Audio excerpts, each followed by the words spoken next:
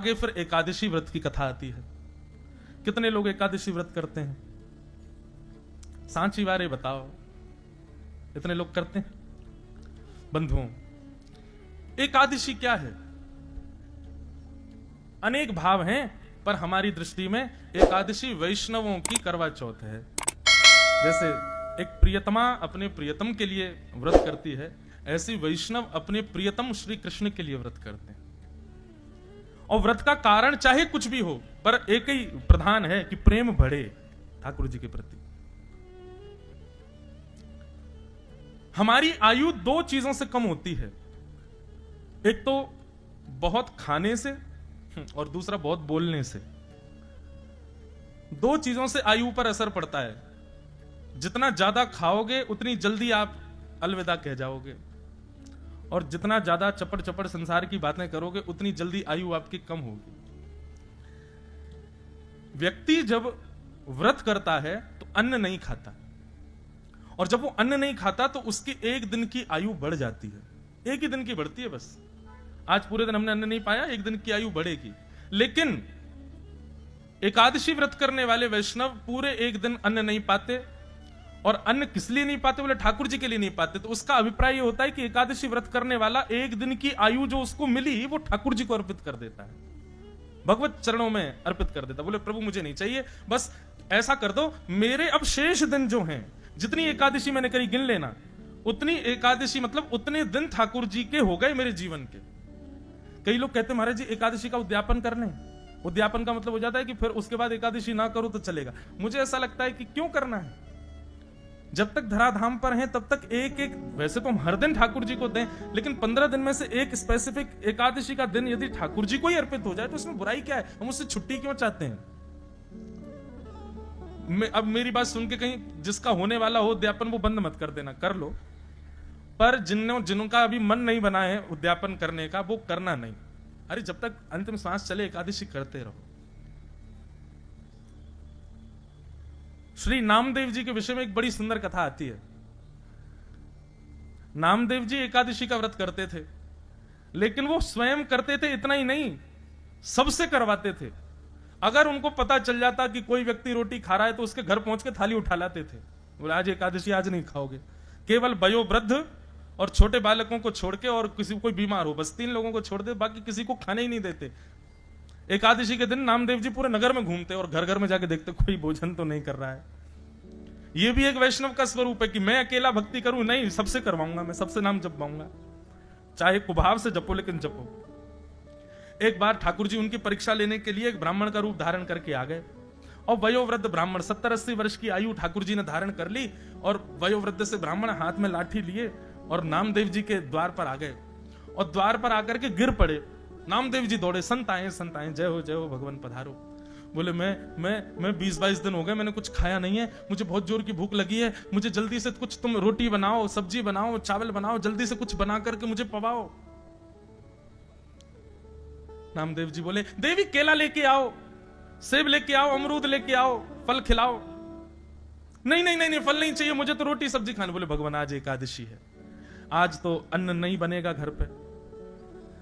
बोले अरे तुम लोग मत खाओ, मुझे तो खिला दो। बोले नहीं भगवान आप भी मत खाओ। बोले मेरे प्राण निकल जाएंगे, वयोवृद्ध 70-80 वर्ष की आयु है मेरी, ऐसा मत करो मेरे साथ। ठाकुर जी थे।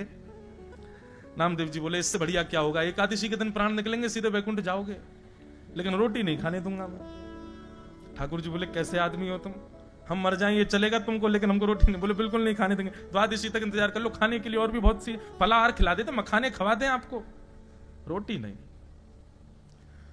ठाकुर जी तो परीक्षा लेने आए थे, जोर जोर से चिल्लाने लगे, गला पकड़ करके, भगवान अरे देखो मैं किसके माथे आ गया, अरे मेरी एकादशी करवा रहा है जबरदस्ती, मेरे प्राण निकल रहे हैं। अब गली मोहल्ले में भीड़ लग गई, सब लोग आकर के नामदेव जी को सुनाने लगे, अरे तुम्हारी एकादशी तुम करो, इनसे क्यों करवा रहे हो, बेचारे महात्मा मर जाएंगे अभी। बोले नहीं मेरे घर आए हैं, मैं तो अन्न नहीं खाने दूंगा। तो एक पड़ोसी बोला बाबा आप एक काम करो, मेरे घर चलो, मां पा लेना। तो नामदेव जी ने पैर पकड़ लिया, बोले जाने भी नहीं दूंगा, खाने भी नहीं दूंगा, जाने भी नहीं दूंगा, यहीं पड़े रहो। और पाना है तो ये है ना, फल ले लो, दूध पी लो, मखाने खा लो, अन्न नहीं खाओगे। गांव के लोग सब गालियां देने लगे। महाराज नामदेव जी से कहने लगे ये कैसी भक्ति तुम्हारी, एक व्यक्ति के प्राण निकले जा रहे हैं और तुम अपने नियम उस पर थोप रहे हो। नामदेव जी बोले सब दोष मुझे लग जाए, मुझे कोई दिक्कत नहीं, लेकिन मैं एकादशी का किसी को उल्लंघन करते देख नहीं पाऊंगा। ठाकुर जी बोले अब ब्रह्मास्त्र चलाना चाहिए। अभी तक तो ठाकुर जी तड़प रहे थे, अब ऐसे स्थिति हो गई और निकले प्राण निकले, मेरे प्राण निकले, बस बस निकलने वाले हैं, आहा अब तो मेरा हाथ पांव कांप रहे, अरे मेरे प्राण निकलने वाले हैं। सब मोहल्ले के लोग कह रहे नामदेव मान जाओ, बेचारों को कुछ पाने दो। नामदेव जी बोले नहीं नहीं भैया, एकादशी फल खिला दो। और अंत में ठाकुर जी ने ऐसी एक्टिंग करी कि वो जिस रूप में गए थे उनके प्राण निकल ही गए।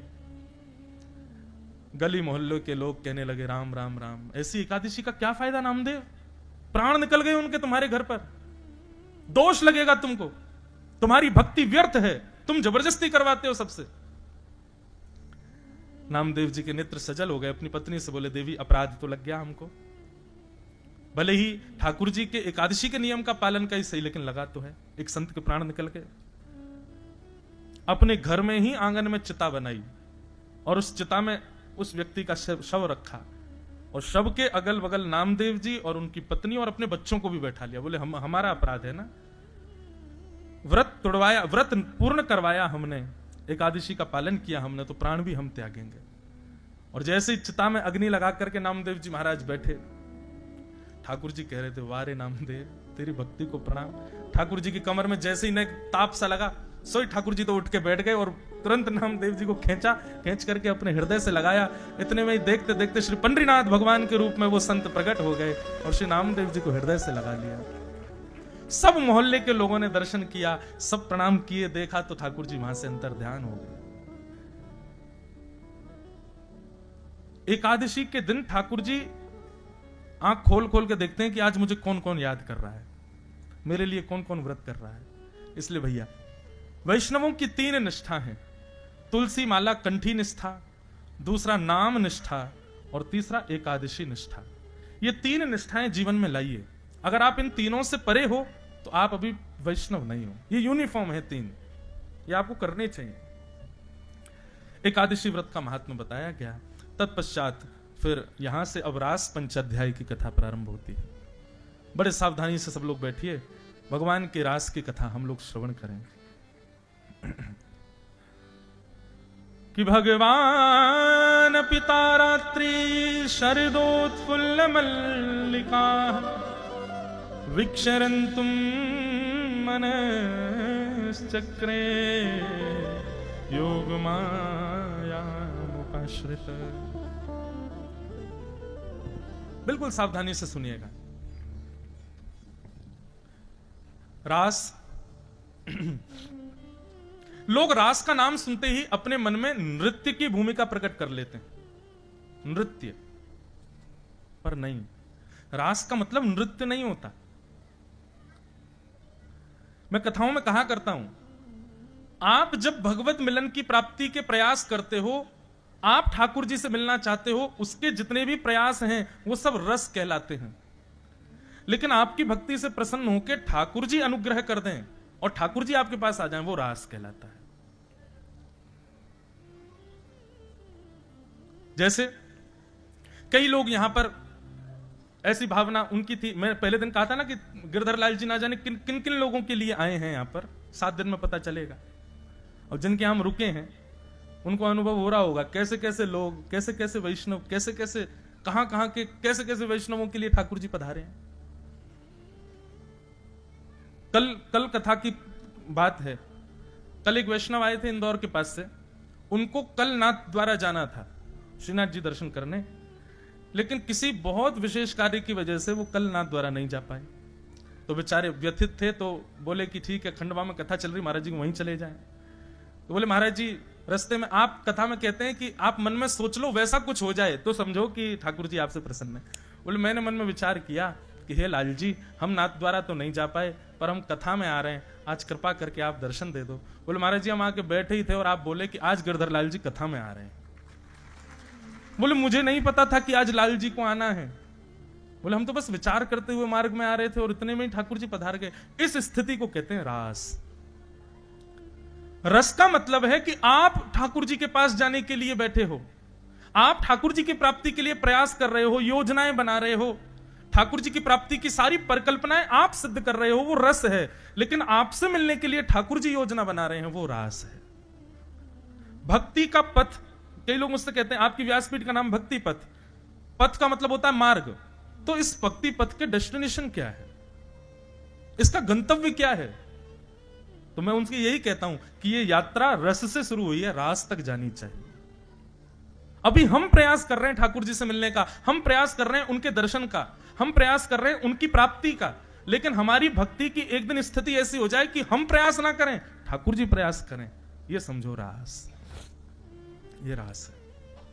यही अंतर है रस और रास में। मैं कथाओं में कहा करता हूं बंधु, हम सब गुल्ला हैं। कौन है? गुल्ला। और ये भागवत की कथा, वैष्णवों का संग, तीर्थ यात्रा, ये सब रस हैं। जब हम अपने गुल्लों को इन रस में डुबाते हैं ना, तो रसगुल्ला बन जाते हैं।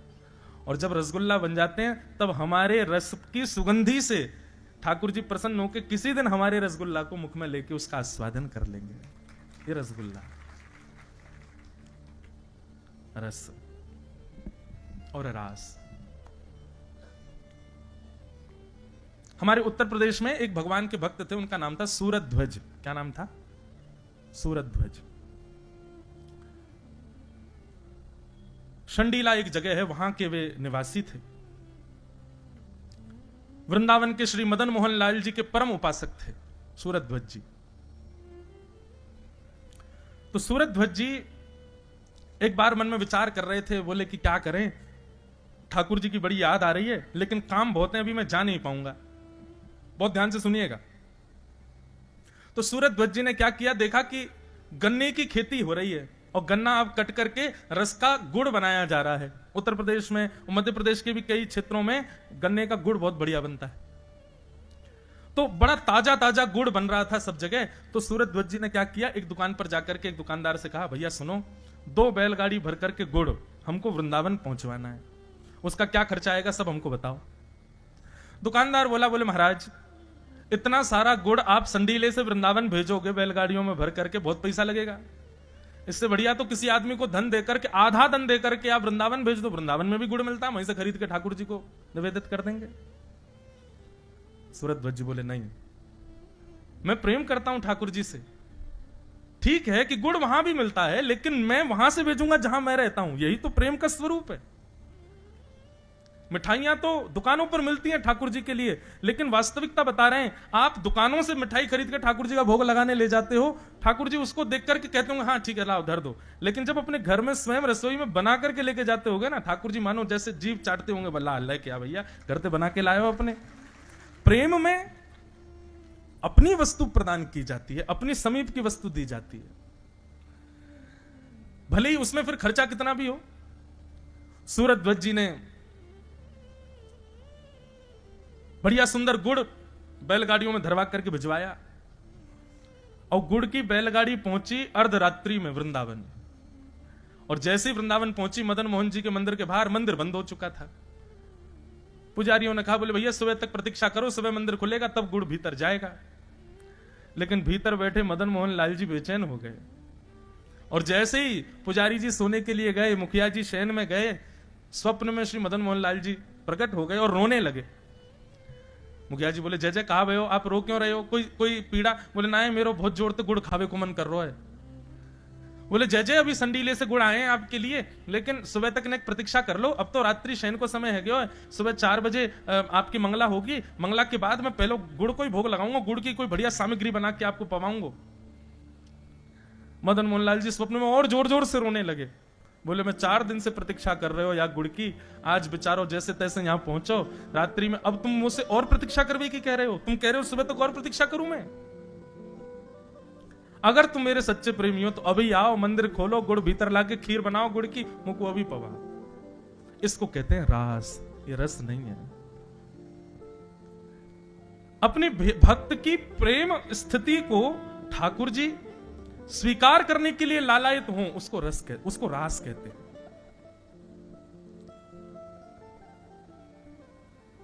रस और रास। श्री सुखदेव जी महाराज वर्णन करते हैं कि ठाकुर जी के साथ गोपियां रास विहार करने को आतुर हैं, तब तो वो रस विहार कहलाता। लेकिन ये रास विहार इसलिए क्योंकि ठाकुर जी आतुर हैं गोपियों के साथ रास नृत्य करने के लिए, उनसे मिलने के लिए। गोपियां आतुर होती तो रस विहार कहलाता, लेकिन ठाकुर जी आतुर हैं इसलिए रास विहार। रस और रास में ये अंतर है। भगवान ने गोपियों का जब चीरहरण किया था, तब चीरहरण के समय पर ठाकुर जी ने गोपियों को आश्वासन दिया था कि शरद पूर्णिमा की रात्रि पर हम आपके साथ विहार करेंगे। आज शरद पूर्णिमा की रात्रि हुई, सब गोपियां अपने अपने कार्यों में रत हैं, अपने अपने कार्यों में व्यस्त हैं। तभी शरद पूर्णिमा के चंद्रमा का उदय होने लगा, सायंकाल का समय। ज्यों ज्यों चंद्र उग रहे हैं त्यों त्यों गोपियों का हृदय मचल रहा है कि आज शरद पूर्णिमा है, आज के दिन का ही न्योता दिया है श्री कृष्ण ने मिलने के लिए।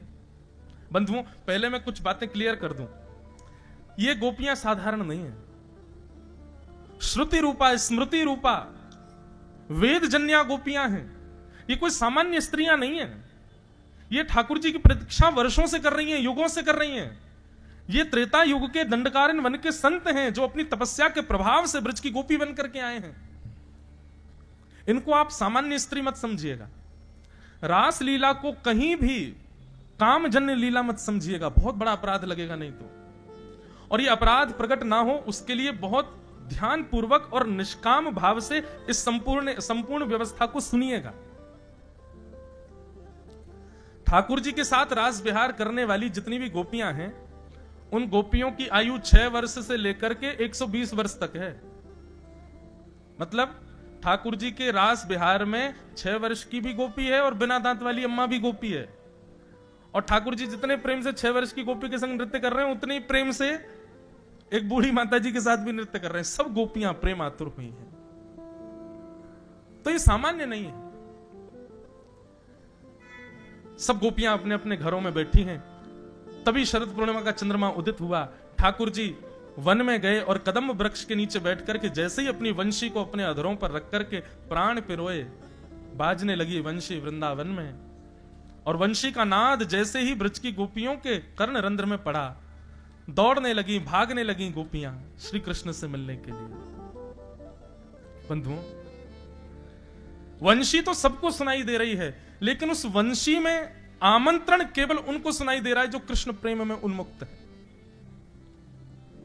कथा हजारों लोग सुन रहे हैं, लेकिन परिवर्तित जीवन 1 या 2 लोगों का ही हो पाता है। ज्यादा से ज्यादा 10 लोगों का हो जाएगा। इससे ज्यादा लोग परिवर्तित नहीं होते कथा से।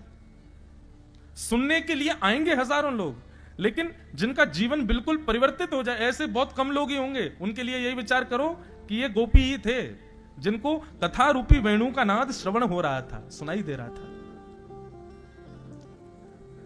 कृष्ण प्रेम में उन्मुक्त जितनी गोपियां थीं, उनको वो स्वर नहीं लग रहा था, उनको ठाकुर जी का आमंत्रण लग रहा था। दौड़ने लगी तुरंत मिलने के लिए। ऐसा नहीं कि गोपियां व्यवस्थाएं करके दौड़ी हैं, जैसी व्यवस्था अवस्था में थी वैसे ही गई हैं कृष्ण के पास। सब दौड़ने लगे। कोई गोपी स्नान कर रही थी, स्नान करने के बाद वस्त्र धारण कर रही थी, तभी वेणु की ध्वनि सुनाई दी तो वस्त्र भी ढंग से पहन नहीं पाई, अस्त व्यस्त वस्त्र में दौड़ी है। कोई गोपी अपने केश काट रही थी, आधे केश की तो बेणी गूंथ ली थी, आधे केश बचे थे। जैसे ही गूंथने लगी तुरंत वेणु का नाद सुनाई दिया तो आधे केश की चोटी बनी है, आधे खुले, दौड़ी कृष्ण से मिलने के लिए। अंज लोचने, कोई अपने आंख में काजल लगा रही है, एक आंख में काजल लगाए दूसरी में लगाना चाहती है, लेकिन तभी वेणु की ध्वनि सुनाई दी, तुरंत दौड़ी कृष्ण से मिलने के लिए, एक ही आंख में काजल लगाए। कोई गोपी अपना श्रृंगार कर रही थी, तभी वेणु की ध्वनि सुनाई दी तो आंखों वाली वस्तु होठों में लगा ली, होठों वाली आंखों में लगा ली, दौड़ी कृष्ण से मिलने के लिए। कहने का अभिप्राय क्या है?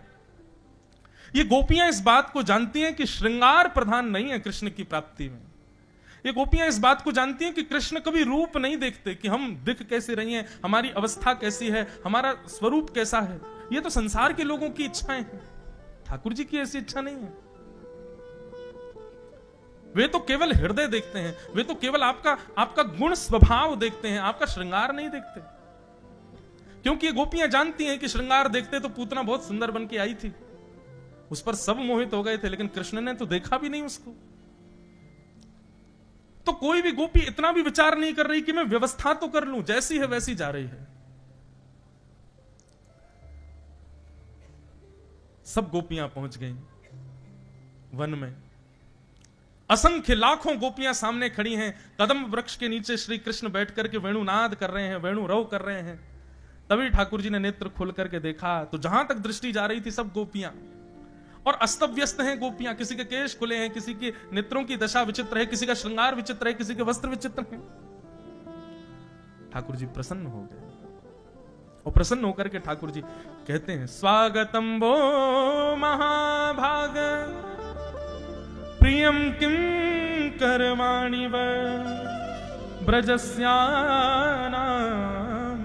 कस्य ब्रूतागमन कारणम।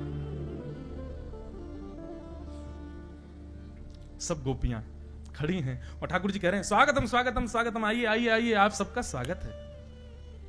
व्रूतागमन कारणम, आप सबके आने का कारण जान सकता हूं मैं? एक तो किसी को निमंत्रण पत्र देना, निमंत्रण पत्र के बाद फिर उसको कॉल करके बुला लेना, और बेचारा व्यक्ति आपके दो दो निमंत्रणों पर आ जाए तो उससे यह पूछना कि तुम कैसे आए। कितना कष्टदायी हो गया ये। और वो भी कोई सामान्य व्यक्ति नहीं, जिसके लिए आप मर मिटने को तैयार हो, वो ऐसा करे तो कितना कष्ट होगा। वो तो बढ़िया हुआ कि ये गोपियां आजकल की नहीं थी, नहीं ठाकुर जी को बता देती फिर। एक तो चीर हरण के समय हमको कहा कि हम शरद पूर्णिमा पे मिलेंगे, उसके बाद भी गोपियां बोली शरद पूर्णिमा का चंद्रमा प्रकट हो रहा था तब भी हम नहीं जा रही थी, अपने अपने कार्यों में रत थी। फिर वंशी बजाई, वेणु बजा करके हमारे कान में आकर के स्वर घोल करके कह रहे हैं कि जल्दी आओ, मैं तुम्हारी प्रतीक्षा कर रहा हूं। और जब हम सब काम छोड़ के चली आ रही हैं, यहां आकर के खड़ी हो गई, लोक लाज छोड़ के आ गई, पति परिवार छोड़ के आ गई, अपने बच्चों को छोड़ के आ गई, ये भी विचार नहीं कर रही है कि लौट के जाएंगी तो क्या होगा हाल। और ये कह रहे हैं ब्रूतागमन कारण, हम अपने आने का कारण बताओ।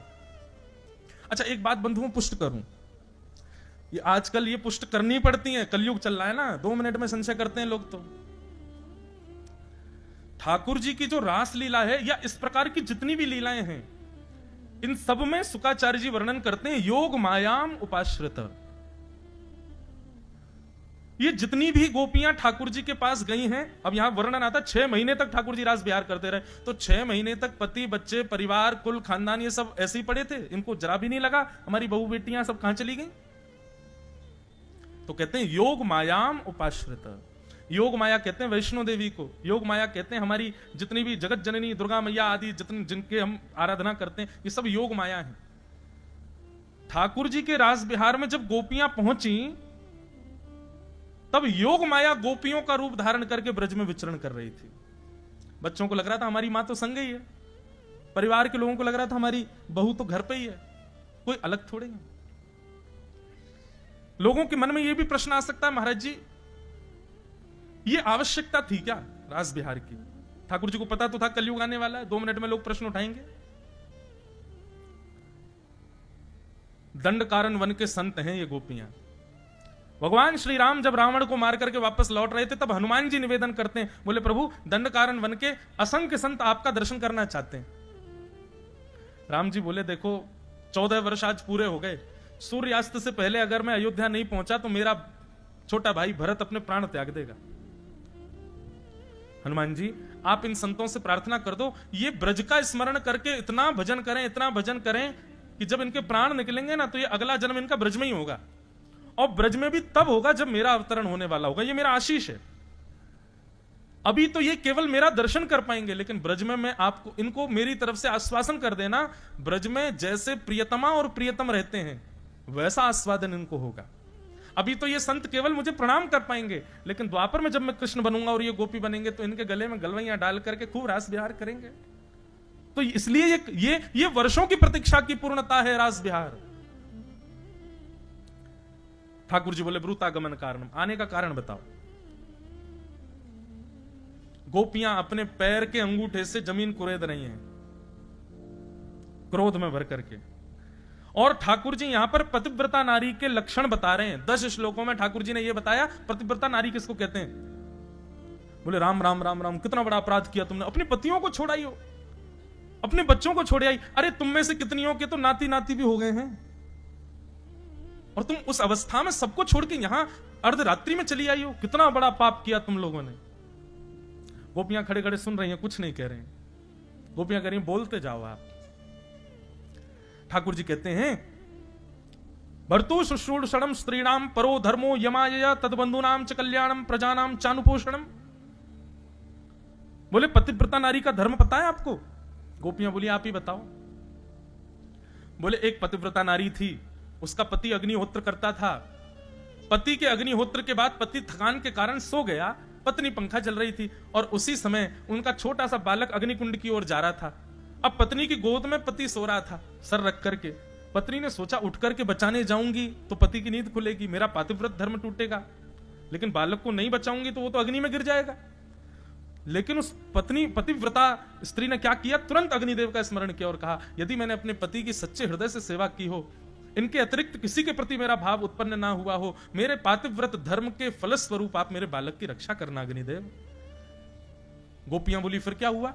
ठाकुर जी बोले फिर क्या, बालक अग्निकुंड में गिरा। थोड़ी देर बाद जब पति की नींद खुली तो दोनों दौड़ करके गए, अग्निकुंड में देखा तो जो जलते हुए अंगार थे वो पुष्प बन गए और उनके बीच में बालक खेल रहा था। ये पतिव्रता नारी का धर्म है। एक कथा और सुनाए पतिव्रता नारी की, बहुत अच्छी और बड़ी अनसुनी कथा है। रावण जब पूरे विश्व पे दिग्विजय प्राप्त कर चुका था, देवताओं को भी हरा दिया रावण ने अपने बल के आगे। तो एक दिन रावण अपनी सभा में बैठा अपने जंघा को थापते हुए कह रहा था मुझे लगता है पूरे त्रिलोक में 14 भुवन में मुझसे ज्यादा बलशाली कोई नहीं है, मैंने सबको जीत लिया। तब उनके सभा में एक व्यक्ति बुजुर्ग सा आया और आकर के कहा महाराज आप निश्चित ही बलशाली हैं, पर हम आपसे प्रार्थना करना चाहेंगे कभी अवध नरेश महाराज रघु के यहां मत जाइएगा। भगवान श्री राम जिस वंश में प्रकट हुए, रघुवंश, वो रघु महाराज। ये तब की बात है जब रघु महाराज विराजते थे अवध में। तो व्यक्ति ने कहा बोले महाराज आप निश्चित ही पूरे विश्व पर जीत चुके हैं, लेकिन आप कभी भूल करके अवध की तरफ मत जाइएगा, अयोध्या के राजा रघु के सामने मत जाइएगा। रावण बोला आपने मुझे ललकारा है, मुझे चेता दिया है, अब तो मैं जाऊंगा। बोले महाराज मैं फिर हाथ जोड़ के प्रार्थना करूंगा, मत जाइएगा, वे बहुत बलशाली हैं। अरे मैंने सबको हरा दिया, इंद्र आदि कुबेर आदि सब हारे पड़े मुझसे, ये रघु क्या चीज? बोले कि इसके लिए हम आपसे बस प्रार्थना करेंगे आप एक बार विद्यार्थी बनके उनको देखने जाओ, बस फिर आपको लगे कि हाँ मैं युद्ध कर सकता हूं तो करना। तो रावण विद्यार्थी बनकर के रघु महाराज के पास गया। तो रघु महाराज संध्या कर रहे थे सरजू जी के तट पर बैठ करके। संध्या में निधान होता है बंधुओं, हाथ में जल लेकर के ऐसे अघमर्षण का जल हाथ उठा करके पीछे की ओर डाला जाता है। कहते हैं कि वो जल यदि वृक्ष पर भी गिर जाए तो पूरा वृक्ष सूख जाएगा, इतना बलशाली होता है अघमर्षण का जल। तो महाराज रघु जब अघमर्षण का जल सिद्ध कर रहे थे, उसी समय उनके चिंतन में आया कि दक्षिण भारत के किसी ब्राह्मण के यहां एक गौ माता बंधी हुई है और उस गौ माता पर एक शेर आक्रमण कर रहा है और वो ब्राह्मण त्राही माम करके रक्षमाम करके चिल्ला रहा है, कोई रक्षा करो, कोई रक्षा करो। तभी रघु महाराज ने उसका चिंतन किया और चिंतन करके उस अघमर्षण के जल को शेर का चिंतन करके अपनी भुजा के पीछे अयोध्या में फेंका और दक्षिण में उस ब्राह्मण के यहां गौशाला में उस शेर का वध हो गया।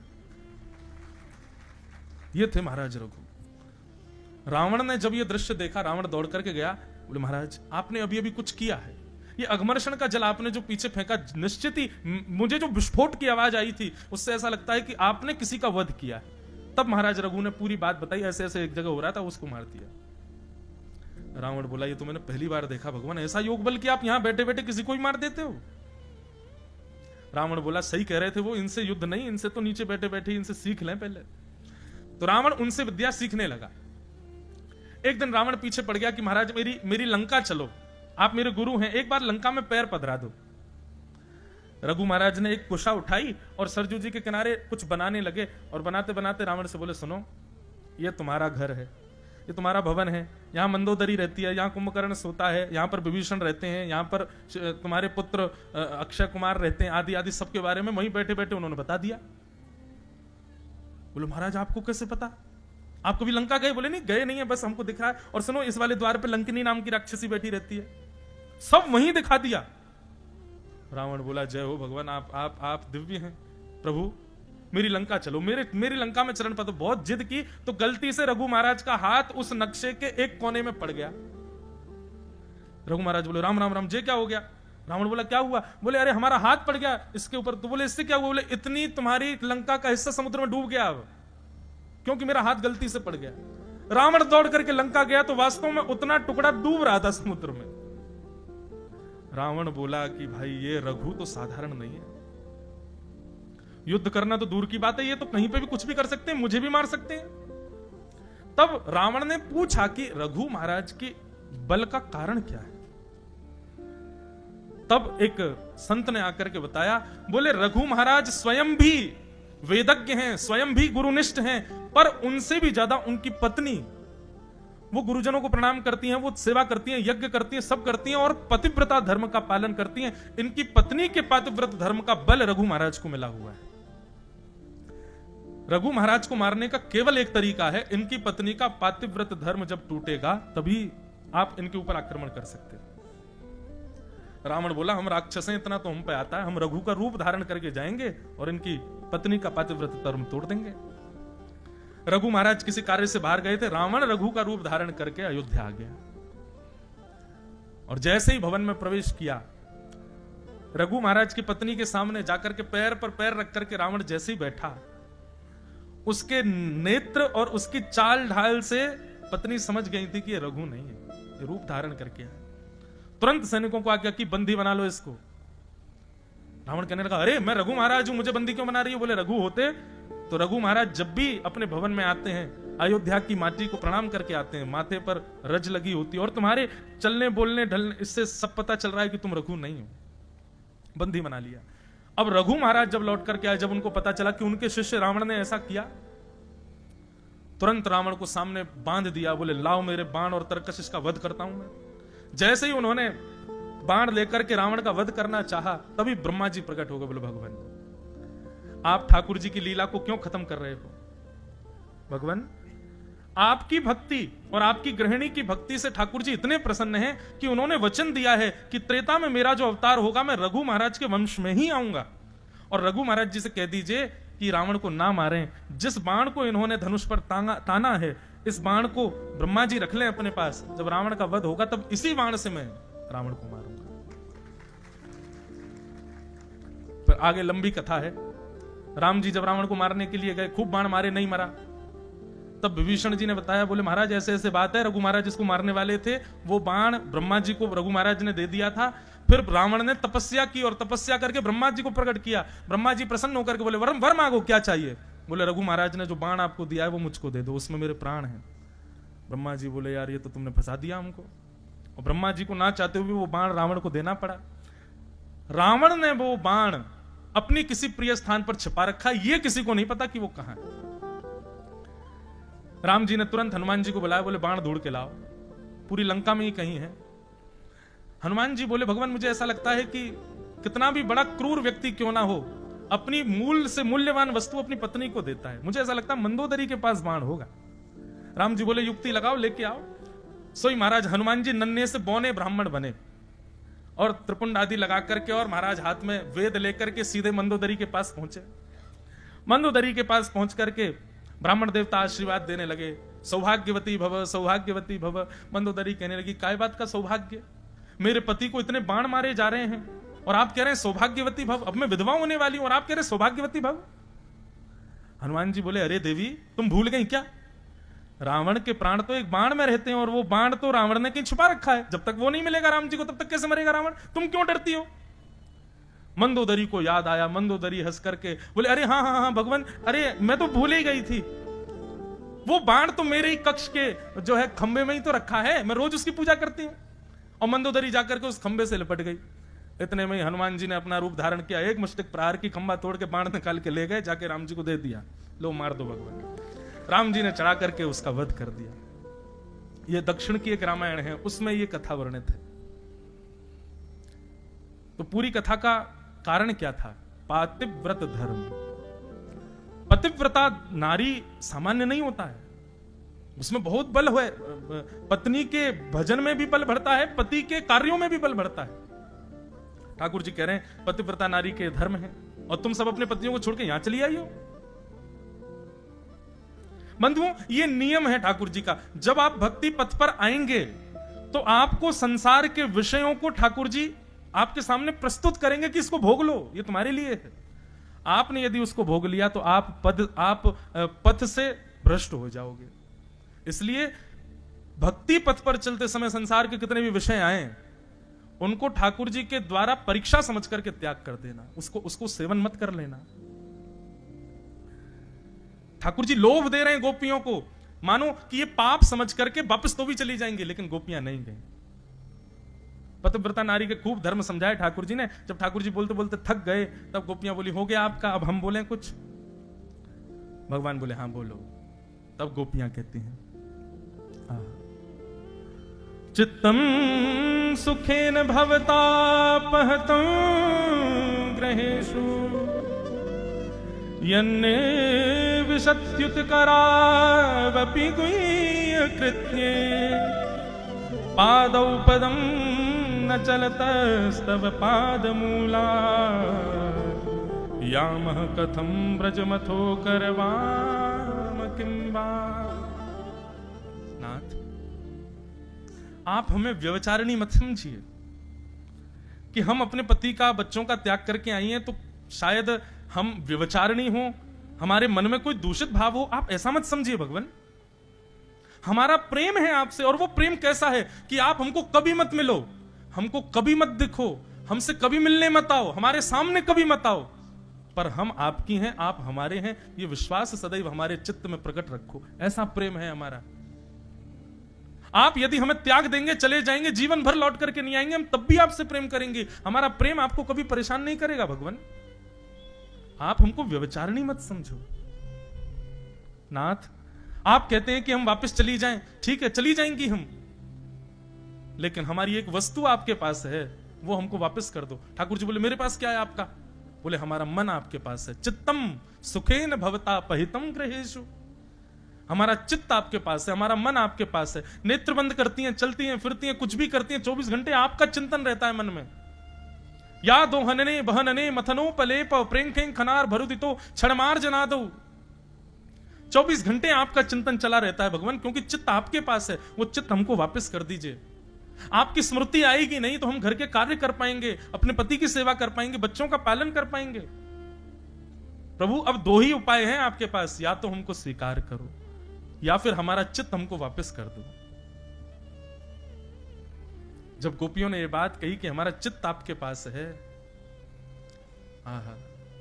ठाकुर जी प्रसन्न हो गए। बोले यही इसी वस्तु का ही उपभोगी हूं मैं, मुझे और कुछ नहीं चाहिए, बस चित्त चाहिए आपका प्रेम चाहिए, आपका भाव चाहिए, और उसके अतिरिक्त आप जो कुछ भी देते हैं उसकी आवश्यकता मुझे नहीं है। और जब गोपियों ने इस बात को प्रमाणित कर दिया कि हमने अपना चित्त आपको दिया है, ठाकुर जी बोले अब मैं आपको स्वीकार करूंगा। एक कथा यहां पर गोपियों ने भी पतिव्रता नारी की सुनाई। क्या कथा? गोपियां बोली ठाकुर जी आपने पतिव्रता नारी की एक कथा सुनाई, हम भी एक कथा सुनाए। भगवान बोले सुनाओ। बोले एक पतिव्रता नारी थी, उसके पति के ब्याह के बाद कहीं विदेश में नौकरी लगी, वो विदेश चला गया। पत्नी बोली तुम्हारे बिना मैं कैसे रहूं, तो पत्नी को अपने जैसी एक आकृति, एक मूर्ति देके चला गया। बोले जब तक मैं ना हूं इस मूर्ति को ही मेरा रूप मानो और इसी के साथ रहो। 5 वर्ष बाद, 5 वर्ष तक वो कन्या उस मूर्ति को ही पति मान के रहती है। 5 वर्ष बाद जब असली पति द्वार पर आया, गेट खटखटाने लगा, ठाकुर जी बताओ अब उसको क्या करना चाहिए? वो मूर्ति वाले पति के पास बैठी है, उसका त्याग कर दे, द्वार खोले, या फिर असली पति जो द्वार पर खड़ा उसको खड़ा रहने दे? 5 वर्षों से जो पति साथ है उसी के साथ रहे, क्या करना चाहिए बताओ? ठाकुर जी बोले भाई जब असली पति द्वार पर खड़ा है तो तुरंत उठ करके जाना चाहिए, द्वार खोलना चाहिए, मूर्ति वाले पति का त्याग करना चाहिए। गोपियां बोली आपके उत्तर में ही हमारे संशय है, संशय की निवृत्ति है। नाथ, आप वो पति हैं जो सदा से हमारे हैं, लेकिन कुछ दिनों के लिए संसार के निर्माण में इतने व्यस्त थे कि हमें मूर्ति वाले पति दे दिए। अब उनके साथ हम रह रही हैं, सब क्रिया कर रही हैं, लेकिन जब आज कृपा करके आप प्रत्यक्ष हमें दिख गए हो, मिल गए हो, हमारे सामने आ गए हो, हमारी भक्ति की कृपा से, हमारी साधना के बल पर आप जब हमें पुनर्प्राप्त हो गए हो, तो हम क्यों उसके साथ रहे? हम तो आपके संग रहेंगे, आप ही सर्वस्व। क्यों? क्योंकि आपके मिलन के बाद वो पति नहीं है, वह भी एक पत्नी है और उसके पति भी आप हो, आप जगतपति हो। गोपियों के इन भावों में बंधुओं समस्त शास्त्र विद्यमान हैं। जगत नियंता, जगदाधार, त्रिलोकीनाथ, जिनके आगे वेद भी थर-थर कांपते हैं, वो भी मौन होकर के गोपियों की बात सुन रहे हैं। गोपियों के इस भाव में जब ठाकुर जी ने झांक करके देखा तो निष्कामता का जब दर्शन हुआ, तब ठाकुर जी ने अपने आप को सहज कर दिया। ये कामजन्य नहीं है गोपियों का प्रेम। भगवान गोपियों के साथ रास करने लगे। रास का मतलब क्या है? लाखों गोपियां हैं, कृष्ण एक हैं। किसी गोपी के पास जाते हैं, उस गोपी से पूछते तुमने कुछ खाया? नहीं खाया। ठाकुर जी उसको कुछ पवाने लगते हैं। तुमने कुछ पिया? नहीं पिया। ठाकुर जी अपने हाथ से जल पिलाते हैं। कोई गोपी कहती लाला मुंह पे चलो ना जा रहा, ठाकुर जी उसके चरण दबाते हैं। कोई गोपी कहती मुझको तो बड़ी गर्मी लग रही, ठाकुर जी उसके पंखा जलते हैं। मतलब रास का मतलब क्या हुआ कि परब्रह्म परमात्मा अपने वैष्णव भक्तों के लिए सहज हो गए। वो क्रिया करने लगे जो हम कभी सोच भी नहीं सकते कि परमात्मा करेगा। लेकिन इससे वही हुआ जो नहीं होना था। गोपियों के चित्त में अभिमान प्रकट हो गया। हम बड़ी सुंदर हैं, हमारी सुंदरता पर त्रिलोकीनाथ मोहित हो गया है। यह प्रसंग जब बंधुओं कथा में आता है ना, तब मेरे को एक बात की संतुष्टि होती है। शायद इसीलिए हमारे सेवा के ठाकुर जी कभी बोलते नहीं, हमारी सेवा के ठाकुर जी चलते नहीं, हमारी सेवा के ठाकुर जी लीलाएं करते हैं लेकिन छुप छुप के करते हैं। क्यों? क्योंकि अगर उन्होंने प्रकट लीला कर दी तो हमको अभिमान हो जाएगा। ठाकुर जी हमारी मान की रक्षा के लिए मूर्तिवंत खड़े रहते हैं, लीला नहीं करते। क्यों? बोले काउदना यो से यो है गए हो तो ये पूरे नगर में ढिंडोरा पीटी आवेगो। मेरे ठाकुर जी तो ऐसे हो गए। अभी बीच में सोशल मीडिया पे मैंने एक दो वीडियो देखे, लोग बाग ठाकुर जी को चम्मच से दूध पिला रहे हैं। अब वो चम्मच से दूध पी गए, देखिए देखिए मेरे ठाकुर जी ने दूध पिया। क्यों? ठाकुर जी इसी भय के कारण लीला नहीं करते। प्रेम का ढिंडोरा पीटोगे तो प्रेम नष्ट हो जाएगा। प्रेम को गोपनीय रखना चाहिए। अपने प्रेम का प्रकाश नहीं किया जाता है, प्रेम का प्रचार नहीं किया जाता है। हम व्यास मंच से कई बात आप सबके हृदय में विश्वास प्रकट हो इसलिए अपने ठाकुर जी की कई लीलाएं सुना देते हैं, लेकिन फिर हमको भोगना पड़ता है 3, 4, 6 महीने तक। फिर लाल जी कोई लीला अनुभव नहीं होती। फिर प्रेम का प्रकाश करने से प्रेम घटता है। इसलिए प्रेम को जितना हो सके छुपाओ, गोपनीय रखो, उसका प्रकाश मत करो। अपने लाल जी से नित्य प्रार्थना किया करो, मुझे नहीं होगा अभिमान, मैं किसी को नहीं बताऊंगा, कहीं ढिंढोरा नहीं पीटूंगा, आप कुछ करो तो। नित्य प्रार्थना करो, 6-7 महीने तक पीछे पड़े रहो, तब कोई लीला तो ठाकुर जी करेंगे। लेकिन फिर विश्वास हमको आप वचन देना कि अभिमान नहीं करो, उसका प्रकाश मत कर देना कहीं भी, उसको गोपनीय रखना अपने पास।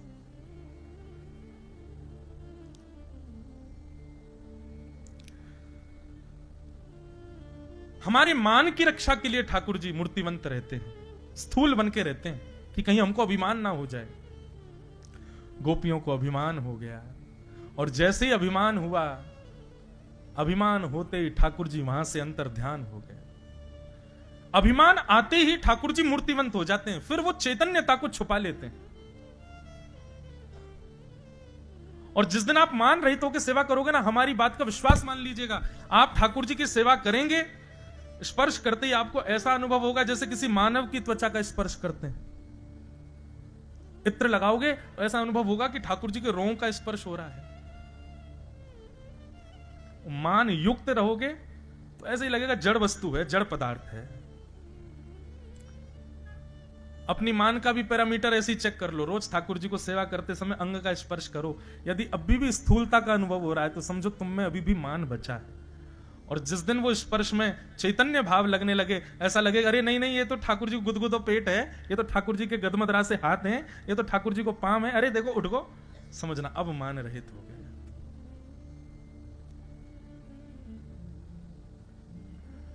ठाकुर जी अंतर ध्यान हो गए। अच्छा एक बात और, खूब प्रयास कर रहे हैं फिर भी ठाकुर जी का स्थूलता का ही अनुभव हो रहा है, इसका मतलब मान है, तो क्या करें? तब मान के नाश के लिए श्री जी की शरण ग्रहण करो, किशोरी जी को पुकारो। श्री जी मान विहीन करती हैं। हमारी लाडली जी किशोरी जी ये आपको योग्य बनाएंगी ठाकुर जी की सेवा की। ठाकुर जी कैसे हैं पता है? बुरा मत मानियो, आपके अंदर यदि दोष है तो ठाकुर जी कहेंगे अपने आप सुधारो इसको। लेकिन श्री जी कैसी हैं? अच्छा या में दोष है, ला मैं सुधारूंगी या को। ये श्री जी को स्वभाव है। मैं कथा सुनाया करता हूं, हमारे वृंदावन में एक सूरदास जी थे, नेत्र नहीं थे उनके पास, खूब बचते थे ठाकुर जी को। सोई ठाकुर जी प्रकट हो गए, प्रकट होकर के बोले, अरे सूरदास देख मैं आ गए हो। ये अष्ट सखाओं वाले सूरदास नहीं, दूसरे सूरदास। जैसे ही ठाकुर जी आए आकर के बोले, अरे सूरदास तेरी भक्ति से प्रसन्न है कि मैं आ गए हो, चल आजा मेरा स्पर्श कर ले। सूरदास जी बोले, श्री जी कहां हैं? ठाकुर जी बोले, श्री जी हाँ बगल में ही खड़ी हैं। श्री जी आई नहीं थी, अकेले ठाकुर जी आए थे, लेकिन अब बोले इसको तो दिखता नहीं, इसको क्या पता। ठाकुर जी बोले, हाँ श्री जी बगल में ही खड़ी हैं। सूरदास बोले, झूठ बोल रहे हो आप, श्री जी तो आई नहीं है आपके साथ। ठाकुर जी बोले, क्यों रे, तो कैसे पता? तो दिखे तो है ना है, तो कैसे पता कि श्री जी नहीं आई है मेरे संग? सूरदास बोले क्योंकि आप अकेले आए हो, इसलिए जब से आए हो तब से अब तक भी मैं अंधा ही हूं। श्री जी आती ना तो प्रकट होते ही मुझको नेत्र दे देती। ये श्री जी को स्वभाव है, वो दोष आप पर नहीं छोड़ेंगे। ठाकुर जी को स्वभाव ऐसा, कथा सुनो, गुरुजनन के पास जाओ, परिक्रमा लगाओ, अपने दोष को सुधारो। लेकिन श्री जी की शरणागति जैसे ही लोग, श्री जी कहेंगे कछु मत करे, तू मेरे पास बैठ जा, मैं तो सुधार दूंगी, मेरी जिम्मेवारी है तो ठीक करना। या हमारे ब्रज में श्री जी के उपासक है, तो श्री जी योग्य बनाती हैं ठाकुर जी के। एक लीला आती है कि जन्माष्टमी थी और नंद गांव में ठाकुर जी अटारी पर बैठे थे और सब लोगों से बोले, हाँ भाई अपने अपने पात्र लेके आओ और वह पात्र में मैं लड्डू धर के दूंगा। अब कोई के पात्र इतनों से तो वाको 2 लड्डू मिले, कोई के पात्र इतने बड़े तो वाको 10 लड्डू मिले, कोई को पात्र बहुत बड़ा तो वाको 20 लड्डू मिले। श्री जी आई ठाकुर जी को जन्माष्टमी की बधाई देवे, तो श्री जी के आते ही मधुमंगल श्रीदामा ये सबरे बोले, श्री जी हमारो लाला देखो तुमने कैसो दानी, देखो सबन के पात्रन में लड्डू भर भर के दे रहे हो। श्री जी तो कुछ नहीं बोली, प्रसन्न हो गए, हाँ बहुत दानी है तुम्हारे लाला। ललता विशाखा बोली, ए मधुमंगल राधाष्टमी पे बरसाने आई हो तब तो दिखाएंगे श्री जी हम। मधुमंगल श्रीदामा बोले, श्री जी क्या करें? बोले राधाष्टमी को आइयो पता चलेगी। तो मधुमंगल श्रीदामा ठाकुर जी राधाष्टमी पे बरसाने गए, तो बरसाने में क्या देखा? बोले श्री जी बड़े बड़े पात्र दे रही हैं, छोटे पात्रों को ले लेती हैं, बड़े पात्र देती हैं, फिर ललता विशाखा उनमें लड्डू भर भर के दे रहे हैं। समझ में आई बात? ठाकुर जी क्या कर रहे हैं? तुम्हारो जितनो बड़ो पात्र उतनो बड़ो मेरो प्रसाद। लेकिन श्री जी कह रही है छोटे पात्र यहां धरो, बड़े पात्र लो, और जितनो बड़ो पात्र मैंने दियो उतने बड़े पात्र में प्रसाद स्वीकार। हम ठाकुर जी की बुराई कर दें श्री जी के आगे, क्योंकि हमारे ब्रज में ही के हमारे माई श्यामा जू को राज, जाके अधीन सदा ही सांवरो, या ब्रज को सरताज। हमारे माई श्यामा जू को राज। तो भैया कभी मान यदि बढ़ रहा हो ना, ठाकुर जी की सेवा में मान घटाना हो, या संसार में भी आपको तो पता ही है कि आप अभिमानी कब कब हो रहे हो, श्री जी को भजो। सब गोपियों के बीच से ठाकुर जी अंतर ध्यान हो गए। गोपियां विचरण कर रही हैं, ढूंढ रही हैं श्याम सुंदर को, और ढूंढते ढूंढते जड़ वस्तु को भी चैतन्य समझने लग जा रही हैं गोपियां। वृक्षों से पूछ रही हैं, पशु पक्षियों से पूछ रही हैं, तुलसी से पूछ रही हैं, सबसे पूछ रही हैं कि हमारे मदन मोहन कहां है। तब विचरण करती करती सब गोपियां नहीं मिले ठाकुर जी, यमुना के तट पर आकर के रुदन करने लगी। तभी वहां किशोरी जी को बैठा देखा। किशोरी जी के चरणों में प्रणाम करते हुए सब गोपियों ने वंदन किया।